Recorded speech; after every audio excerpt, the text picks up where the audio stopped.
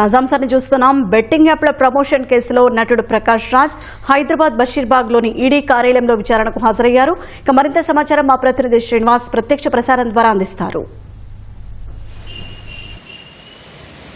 Betting apps పై ప్రచారం కేసులో ED దూకుడు పెంచింది. ఇప్పటికే పోలీసులు దీనిపై కేసు నమోదు చేశారు. మొత్తంగా సినీ నటులతో పాటు సెలబ్రిటీలు అదేవిధంగా పలువురిపై మొత్తం 29 మందిపై కూడా పోలీసులు కేసులు నమోదు చేశారు. అయితే ఈ వ్యవహారంలో ఈడీ కూడా ఒక ఈసీఐఎన్ఆర్ నమోదు చేసింది. పోలీసులతో సమాంతరంగా దర్యాప్తు చేస్తుంది. అయితే ఇప్పటికే సినీ నటుడు ప్రకాష్ రాజ్ ఈడీ విచారణకు కొద్దిసేపటి క్రితమే హాజరయ్యారు. ప్రస్తుతం ఈడీ అధికారులు ఆయనను ప్రశ్నిస్తున్న పరిస్థితి. అయితే మరికొందరు అంటే మంచు లక్ష్మి కావచ్చు, విజయ్ దేవరకొండ, అదేవిధంగా రానా వీరికి కూడా ఈడీ నోటీసులు విచారణకు హాజరు కావాలని నోటీసులు జారీ చేసింది. అయితే రానా కొద్ది సమయం అడగడంతో ఆయన ఎప్పుడు హాజరవుతారో అనే విషయం ఇంకా తేలాల్సి ఉంది. మొత్తంగా అయితే ఈ కేసులో మొత్తం 29 మందిపై కూడా పోలీసులు కేసు నమోదు చేశారు. ఈడీ కూడా ఆ కోణంలోనే దర్యాప్తు కూడా చేస్తోంది. అయితే ఈ వ్యవహారంలో మనీ లాండరింగ్ జరిగినట్లుగా ఈడీ భావిస్తోంది. నిర్వాహకులు, బెట్టింగ్ యాప్స్ నిర్వాహకులు సినీ నటులు కావచ్చు, సెలబ్రిటీలు, అదేవిధంగా యూట్యూబ్ ఇన్ఫ్లుయెన్సర్లకు కావచ్చు, నగదు ఏ విధంగా చెల్లించారు, ఈ వ్యవహారంలో మనీ లాండరింగ్ జరిగినట్లుగా ఈడీ అనుమానిస్తుంది. ఈ నేపథ్యంలోనే దీనిపై కేసు నమోదు చేసి ప్రస్తుతం అయితే దర్యాప్తు చేస్తున్న పరిస్థితి.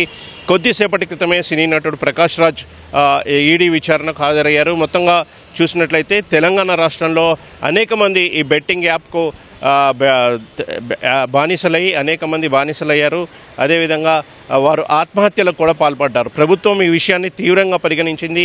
ఈ మొత్తం వ్యవహారంపై కేసు నమోదు చేయాలి, కేసు నమోదు చేసి విచారణ జరపాలని పోలీసులను ఆదేశించడంతో మొత్తం ఈ కేసుల ప్రక్రియ మొదలైంది. కేసులు దర్యాప్తు ప్రక్రియ కూడా మొదలైంది.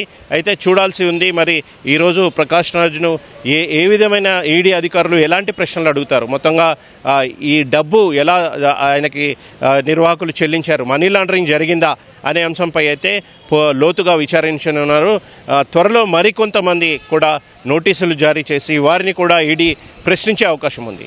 ఇది ప్రస్తుతం అయితే ఈడీ కార్యాలయం వద్ద తాజా పరిస్థితి. Over to you. ధన్యవాదాలు శ్రీనివాస్.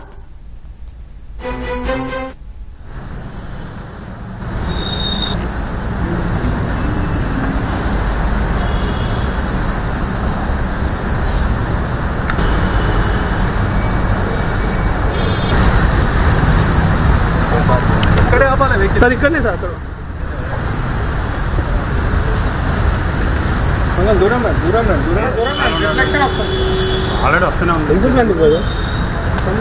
అలా మెల్ల దూరం